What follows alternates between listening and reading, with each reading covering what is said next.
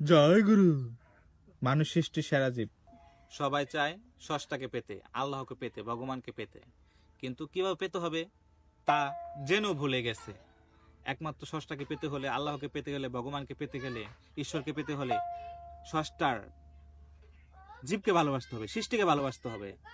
মূল কথা হচ্ছে মানুষকে ভালোবাসতে হবে। আপনি যখনই স্রষ্টার সৃষ্টিকে ভালোবাসবেন তখনই স্রষ্টাকে পেয়ে যাবেন, আল্লাহকে পেয়ে যাবেন, ভগবানকে পেয়ে যাবেন। কিন্তু আমরা তা না করে উল্টোটা করতেছি, মানুষের সাথে খারাপ ব্যবহার করতেছি, মানুষকে মারামারি করতেছি, স্রষ্টার সৃষ্টিকে আমরা ঘৃণা করতেছি, মারতেছি। এটা করা যাবে না।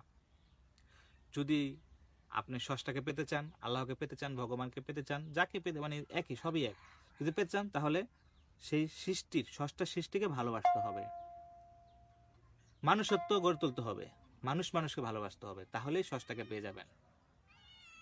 জয় গুরু। মানুষ মানুষের জন্য, অথচ আমাদের মানুষত্ব কোথায়?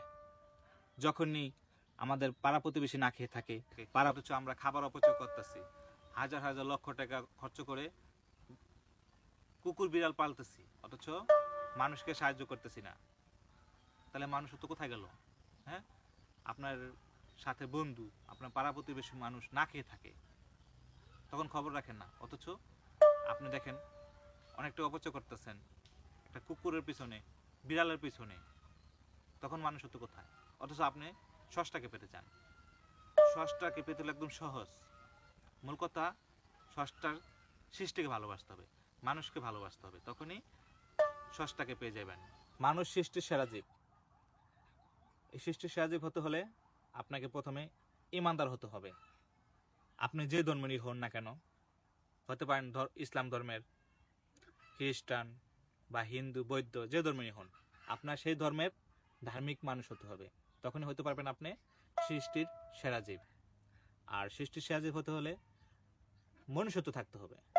ষষ্ঠ সৃষ্টিকে আপনি কতটুকু ভালোবাসেন, শুধু মানুষকে ভালোবাসতে হবে না, আপনার ষষ্ঠটা যে সৃষ্টি করেছে, কীট পতঙ্গ থেকে শুরু করে বিশাল বিশাল ছোট বড় মাঝারি যা আছে সবকিছুকে আপনাকে ভালোবাসতে হবে। কীট পতঙ্গ থেকে শুরু করে, পিঁপড়া থেকে শুরু করে বিশাল আকৃতি ডাইনোসর বলুন, সবকিছুকে আপনাকে ভালোবাসতে হবে। মোট কথায় ষষ্ঠটার সৃষ্টিকে ভালোবাসতে হবে। যখন ভালোবাসতে পারবেন তখন হতে পারবেন সৃষ্টির সেরা জীব আপনি। তো এটা কিভাবে হবেন? আপনি আপনাকে দিয়ে তুলনা করে দেখতে পারেন যে আপনি কতটুকু ষষ্ঠটার সৃষ্টিকে ভালোবাসেন। ষষ্ঠ, তবে এর মধ্যে আপনাকে দুইটা আমি ক্লু দিতে পারি, সেটা হচ্ছে কুকুর আর বিড়াল। কুকুর আর বিড়ালকে দিয়ে আপনি তুলনা করলে বুঝতে পারবেন আপনি কত ভালোবাসেন সেই জীবকে। অনেকে কুকুর দেখতে পায় না, অনেকে কুকুরকে অনেকে ভীষণ ভালোবাসে, অনেকে বিড়াল দেখতে পায় না, বিড়ালকে ভীষণ ভালোবাসে। আমরা অহরহ দেখতে পাচ্ছি যে কুকুরকে মেরে, মানে মেরে ফেলায়, আর এক মুঠো ভাত দেয় না, অথচ সে কুকুরকে মারে।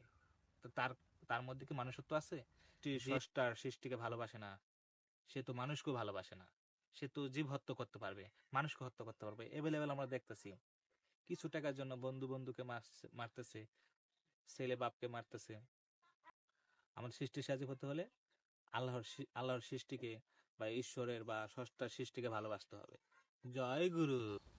সবাই ভালো থাকবেন। ভালো লাগলে অবশ্যই আমাদের চ্যানেলটা সাবস্ক্রাইব করবেন, ওদেরকে ফলো করবেন, ফেসবুকে লাইক করবেন। আর কিরকম ভিডিও চান, বা ভিডিও কি ভালো লাগে বা খারাপ লাগে, স্টপ করে দেবো কিনা কমেন্টে জানিয়ে দেবেন।